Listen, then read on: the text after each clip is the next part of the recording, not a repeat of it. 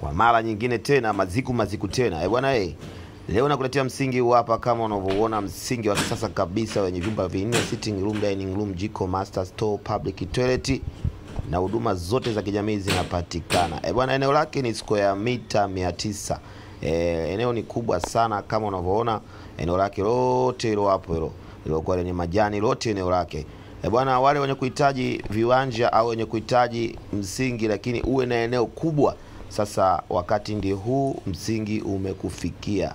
Unauzwa milioni 6,500,000. Mazungumzo huaga nasema fika site uangalie site, alafu kikaa sasa tunaweza kuzungumza kwamba tunafanya nini.